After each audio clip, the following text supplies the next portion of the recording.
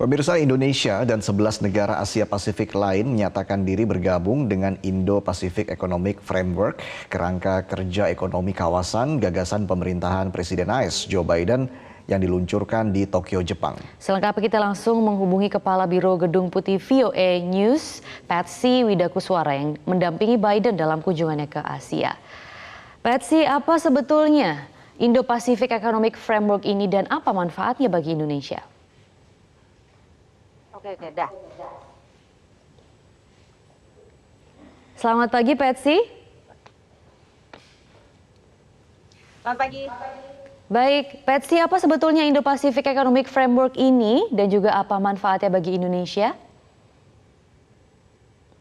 Ya, ini adalah satu akronim baru yang kita harus pelajari ya, Indo-Pacific Economic Framework atau IPEF. Dan ini memang sesuatu yang ditawarkan oleh Amerika Serikat sebagai bentuk jawaban counterweight atau alternatif dari agenda ekonomi yang dilakukan Tiongkok di kawasan Indo-Pasifik. Nah, satu hal yang jelas adalah bahwa ini bukan kerangka perdagangan bebas, jadi bukan perjanjian perdagangan bebas seperti yang lazim dikenal di kawasan seperti misalnya CPTPP atau RCEP dan sebagainya.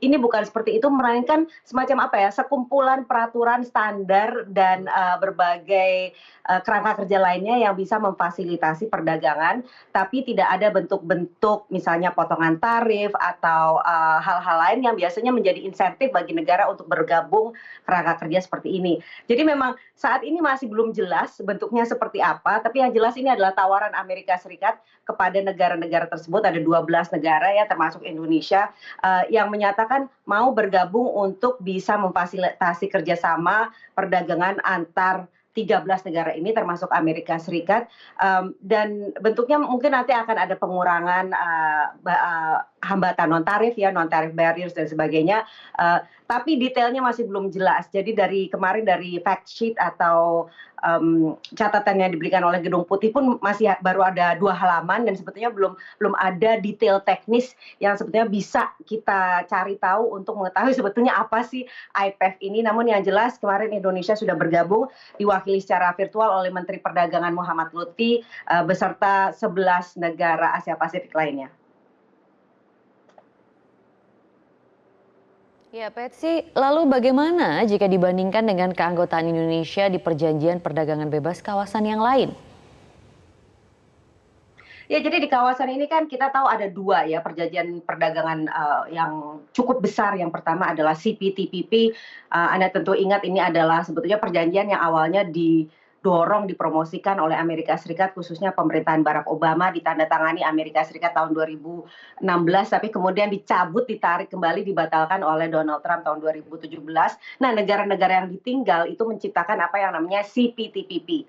Indonesia tidak masuk dalam kerangka tersebut karena mungkin Indonesia terlalu proteksionis ya untuk bisa bergabung dengan perjanjian perdagangan yang sebegitu masif dan begitu tinggi sebetulnya standar-standarnya. Namun yang kedua juga ada yang namanya RCEP. Ini adalah kerangka perdagangan bebas yang dimotori oleh Tiongkok. Nah, Indonesia sudah bergabung namun belum meratifikasi dan baru akan diratifikasi awal tahun ini janjinya. Namun sampai sekarang belum terjadi juga. Nah, jadi kalau kita lihat sebetulnya negara di kawasan ini punya banyak sekali alternatif perangka perdagangan bebas termasuk CPTPP dan RCEP. Namun yang ditawarkan oleh Amerika Serikat ini banyak dikritik tidak mampu menandingi hal tersebut, kerangka kerja perdagangan yang sudah ada di kawasan tersebut karena tidak memiliki provision atau komponen akses pasar yang biasanya menjadi insentif negara-negara seperti Indonesia untuk bergabung. Baik, Patsy, selain meluncurkan IPEF, Presiden Biden juga memiliki agenda keamanan guna membendung pengaruh Tiongkok di Indo-Pasifik. Apa yang dihasilkan sejauh ini?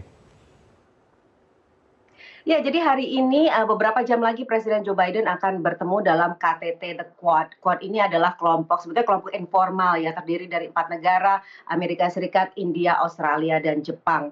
Dan memang gunanya adalah itu untuk membendung pengaruh Tiongkok di kawasan. Jadi nanti berbicaranya biasanya tidak pernah disebut secara langsung seperti itu ya untuk membendung pengaruh Tiongkok. Namun ada jargon-jargon seperti keamanan Indo-Pasifik, menjaga lalu lintas perdagangan perairan yang di kawasan dan sebagainya. Itu sebenarnya sebetulnya buzzword ya, buzzword yang mensinyalir bahwa ini sebetulnya agenda mereka. Nah itu nanti dalam beberapa jam lagi, dan selain itu kita juga udah lihat kan dari kunjungan Presiden Joe Biden baik ini di Jepang maupun sebelumnya di Seoul ya, dari dua kaki kunjungan tersebut kelihatan sekali bahwa sekutu Amerika Serikat di kawasan baik itu Korea Selatan maupun Jepang sangat